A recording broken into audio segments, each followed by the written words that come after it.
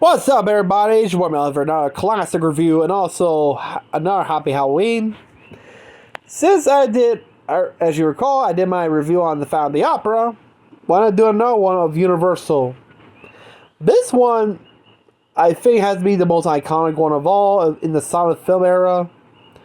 And this came out in 1928. And this film has 100% Rotten Tomatoes. For a film that's over 100 years old, it has 100%.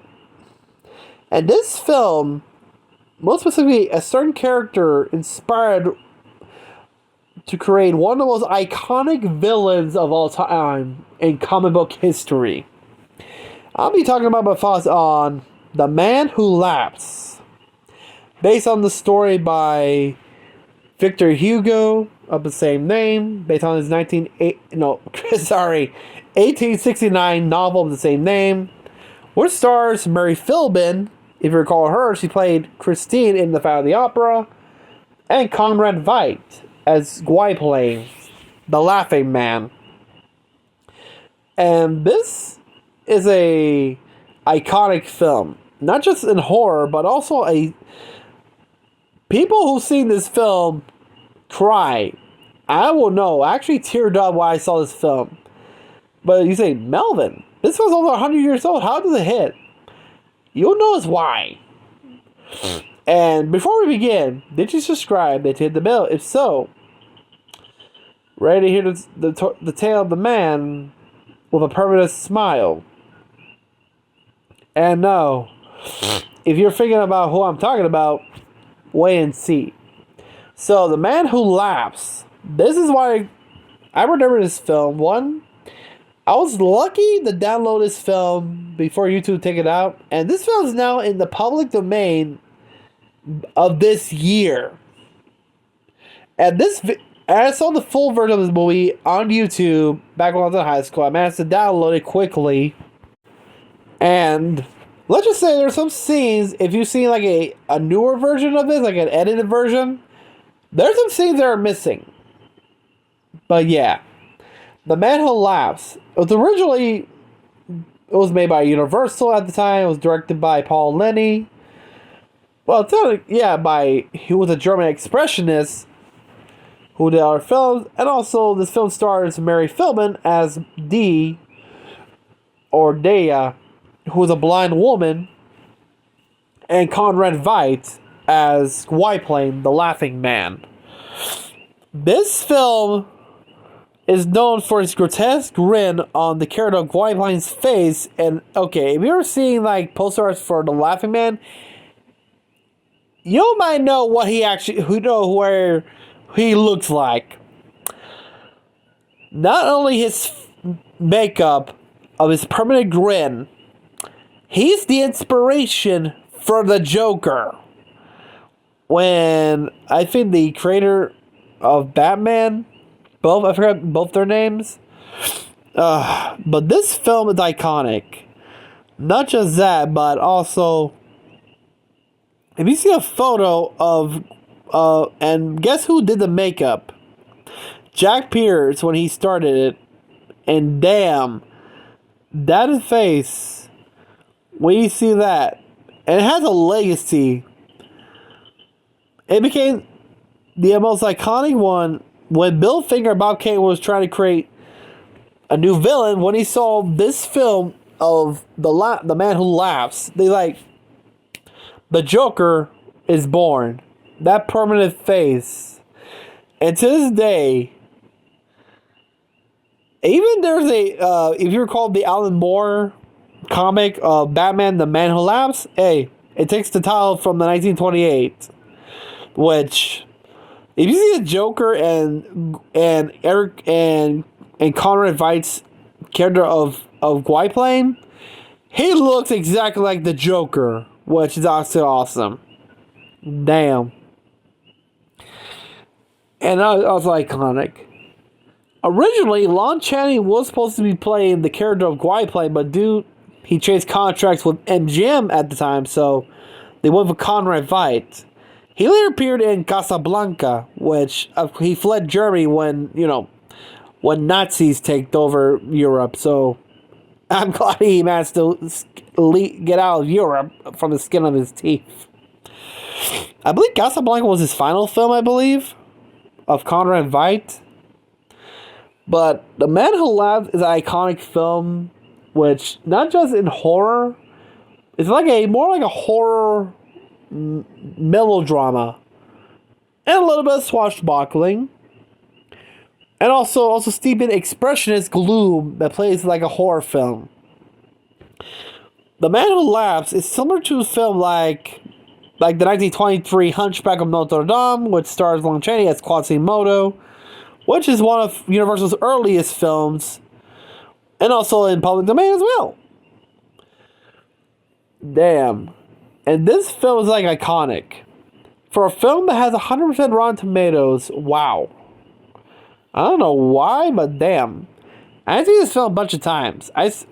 Depends which version, because there is one scene that you will not find in the edited version, is where I forget the name of the jester named Barkilphedro, who was once the jester to King James II. Actually, he was delivering a letter to the Duchess Josefina, played by Olga Baklanova. Fun fact, I think she was in Freaks, I believe. She's Russian. I think she was in the movie Freaks, I believe. Oh, there is one scene where she has he was actually talking to another guy. He let him peek through the keyhole.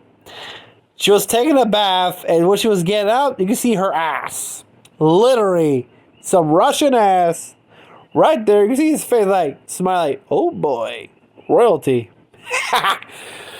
This particular scene, I think, got some controversy for some nudity right there. This 1 second scene, you can see her get out her bath, butt naked, from the backside. Right there. That's where they cut the scene there. I think that's the controversy, I believe. Let me see. Let's see. Modern. Let me find. Okay, I try to find it. Okay, later adaptations. I try to find it about it, which. Sorry, I try to find the explanation why they cut it off. I know about the editing. Let me see. Let's see. It was never available. Well, it was never available until, let's see. Okay, let's see. What the hell? Weird. Doesn't mention about that. It didn't mention the controversy because of that one scene. This was before, pre-code. This is pre-code. If you know the Motion Picture Association, censorship. This was before, so they got away with showing some ass. Right there, of her showing some ass. And this ain't the only time. When she tries to do Guy playing, when she invited him to her bedroom, literally, you can see her laying on her bed, and it more like a skimpy nightgown, provocative, waiting to be loved by this mysterious man. That scene right there is when Guy playing trying to decide who to be more in love with, Dea or this Duchess, because she saw him at a show while everybody was laughing because of that scarred face he has. She wasn't laughing, and she invited him to her residency until she receives a letter which made her laugh and also teared up, because you know why. And I'm going, okay, to explain why he has a scarred face, we gotta go back in the beginning of the film, where it's in the 17th century England, where we have the court jester Barkilphedro informs King James they captured Lord Charlie, who is an exiled nobleman who refuses to bow to him, sends him to be executed by the Iron Maiden. But fortunately, the king tells Lord Charlie that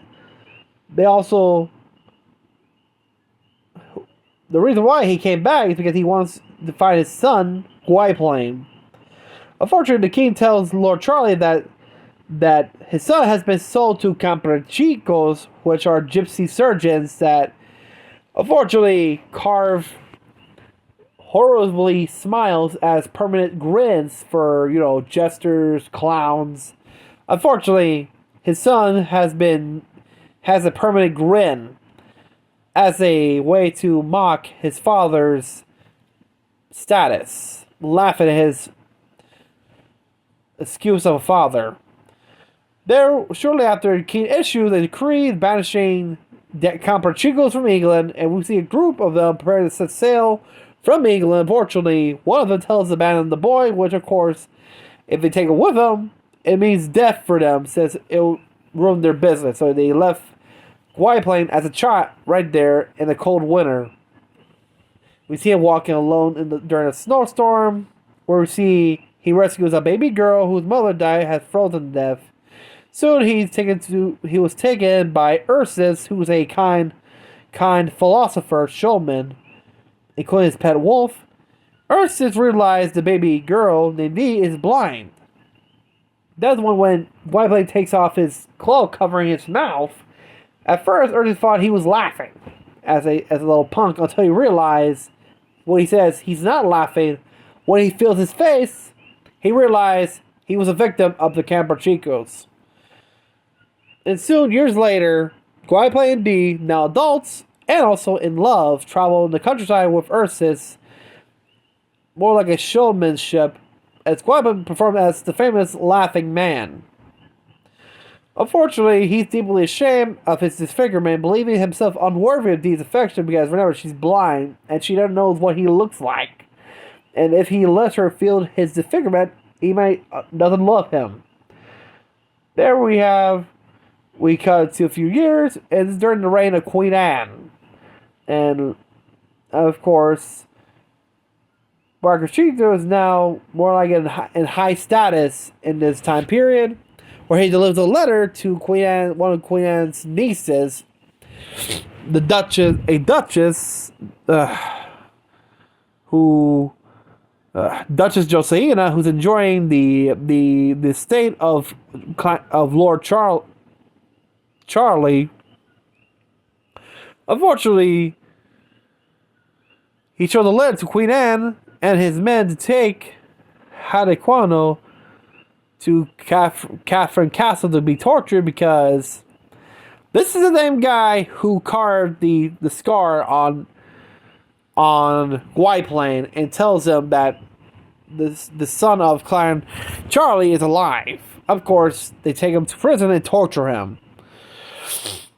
Of course, the queen sends the Duchess' fiancé, Lord Diary Moore, to retrieve her after she shirks her duties at the royal court. Let's just say she enjoys going more converting in local men at the fair than go to the palace. She's more like the happy hoe of the Kensington Palace.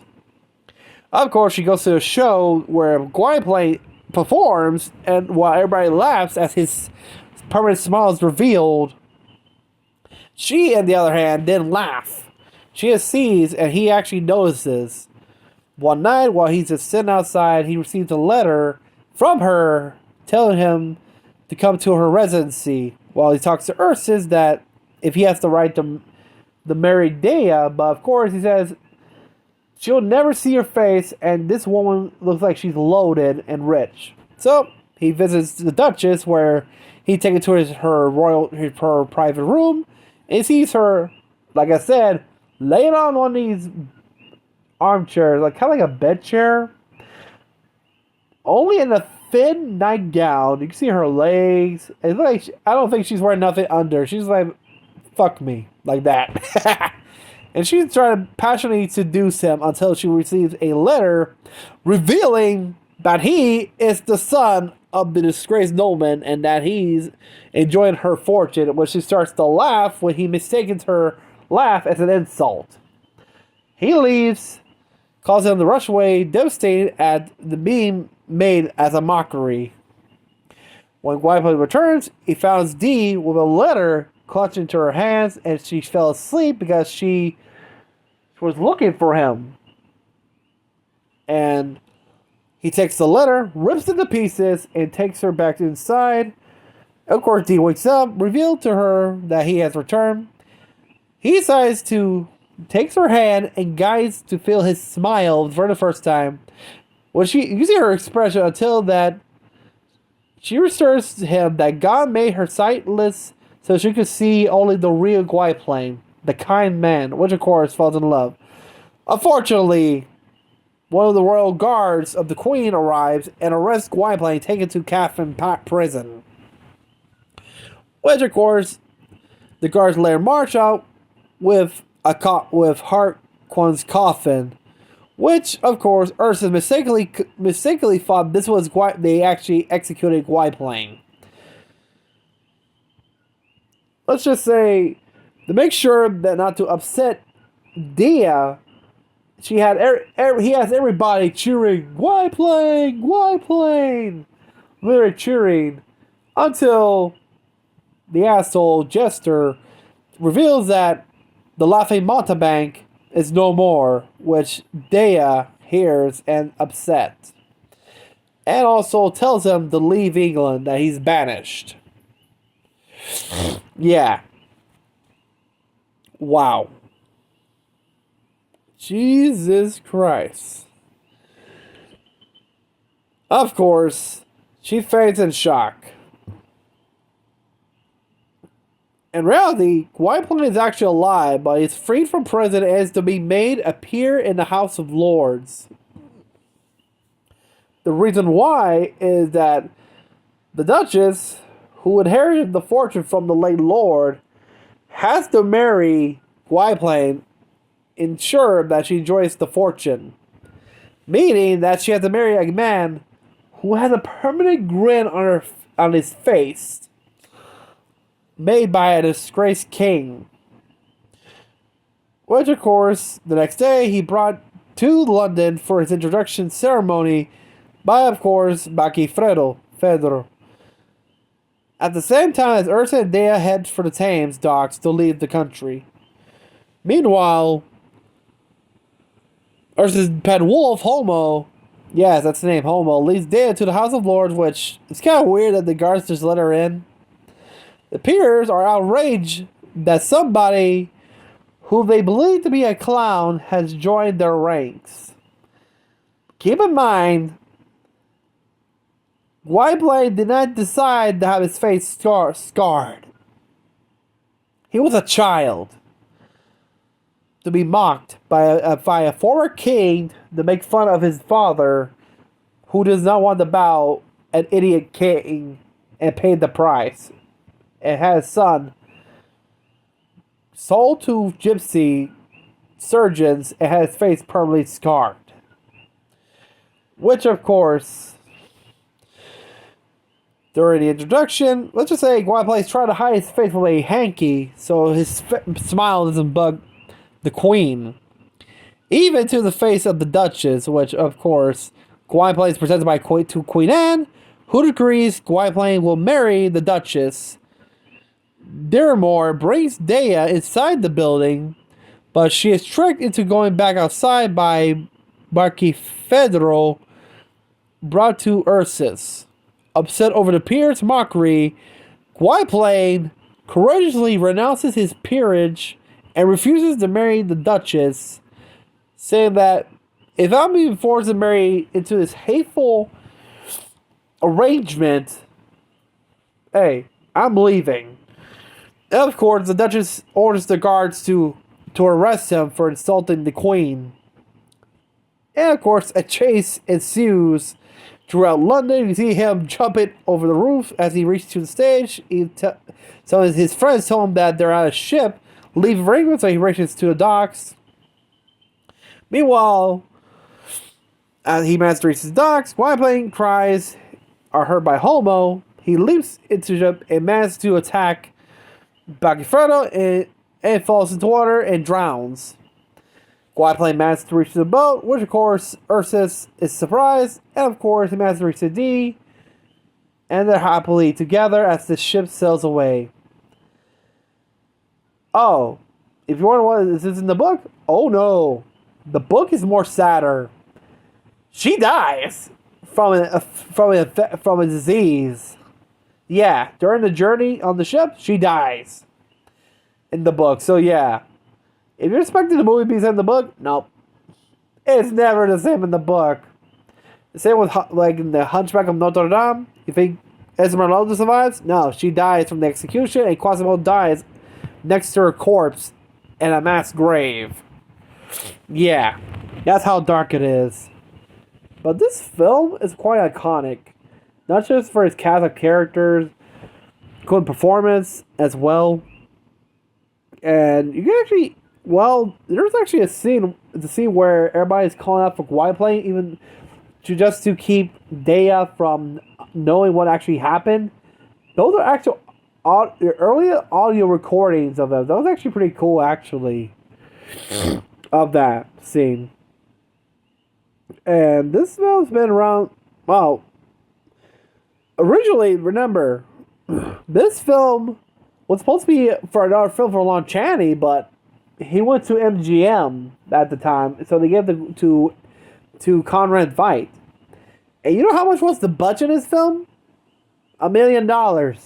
Yeah, $1 million was the budget. And I don't know how much this film earned. From what I heard, it was I think it was a success, I believe. Let me see. Yeah, actually received 2 releases in UK. I think it was let's see.